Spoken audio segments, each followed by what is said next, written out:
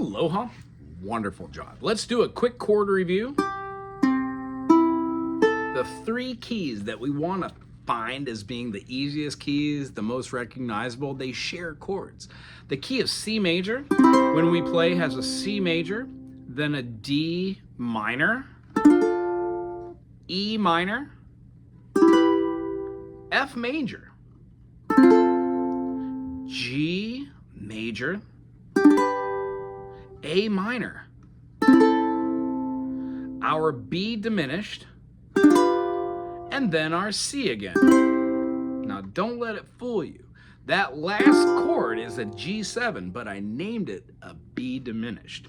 That's our takeaway from today, and I'll get to that after I show you the key of G and the key of F.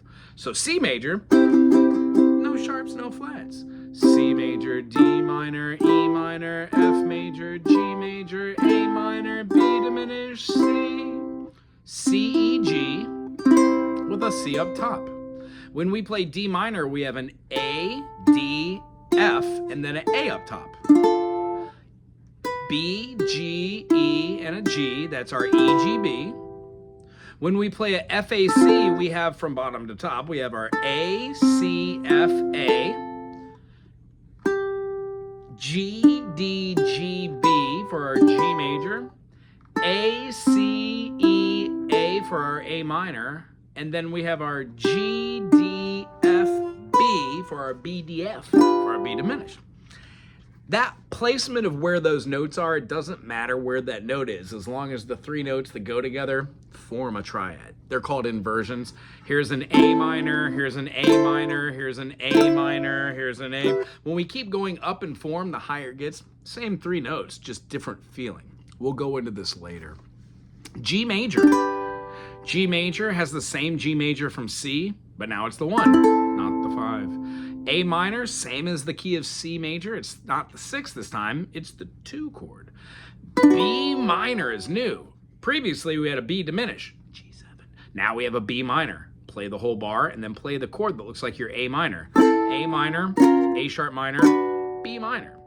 Our C major is also in the key of G, but now it's the 4 chord, not the 1 chord.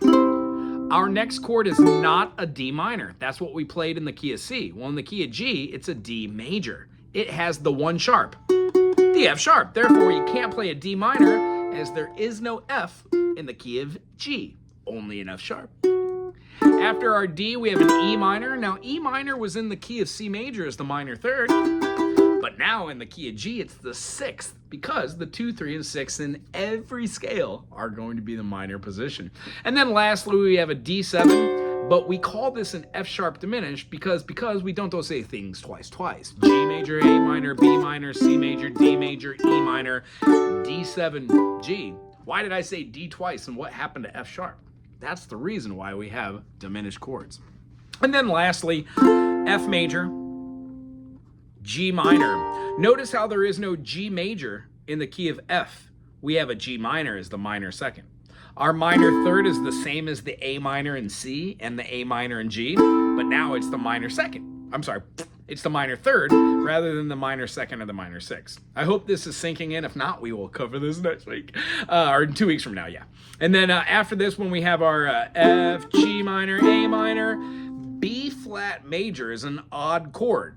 Because it's not in the key of G, it is not in the key of C, and because it's in the key of F, we see it as being something special. That's why we learn these in order. So this week, after you get done playing C, D, E, F, G, A, B, C, G, A, B, C, D, E, F sharp, G, and now F, F, G minor, A minor, B flat major, C major, D minor, and then C7, which is actually called an E diminished. Here's where today's lesson actually starts, and I hope it makes sense that I didn't call this a C7 when I called it an E diminished, because I don't say things twice. The 5th of every 7-note scale can be turned into another chord. Chords are triads, and they have 3 notes. Well, the 5th, when you add another note that's not the 1, 3, or the 5, you add the minor 7th, it becomes a moving or passing chord. C major, C major 7, C7, otherwise known as C dominant 7. We can do that in C sharp, C sharp, C sharp major 7, C sharp 7, D major, these three open. Now we have our C sharp along with her, and then leave that finger.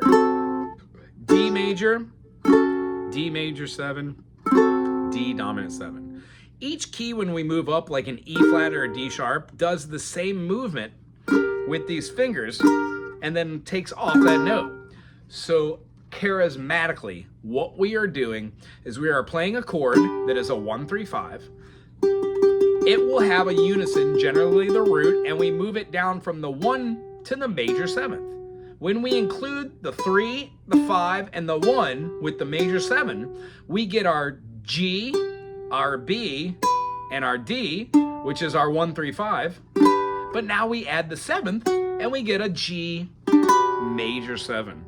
When we continue to go down, we get a G7 or a dominant 7. The G dominant 7 is otherwise known as the B diminished. G, C. Here comes our D, E major, E dominant 7. A couple different ways to play it. F major 7, F dominant 7. G major 7, G7, G dominant 7. A major 7, A7. B major 7. This one's a weird one for me. Big old bar, and then we move this note down to right here. I don't like crossing, so I just cover both with one finger. Yuck, sorry. Not a fan of this one. And then B7. See, even I need to work on this thing and ding. B7 or B7. And then C major 7, C dominant 7. Those are all of our major chords that we should know from C, G, and D. All right, C, G, D, and F.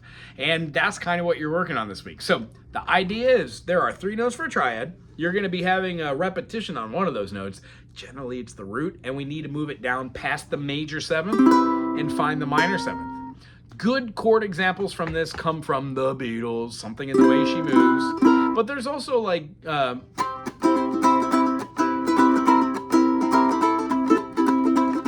you just move it down,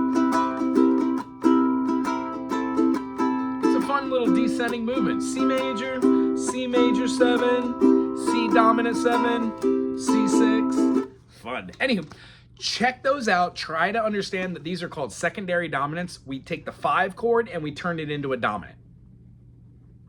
If you have any questions, bring them in 2 weeks. Get there.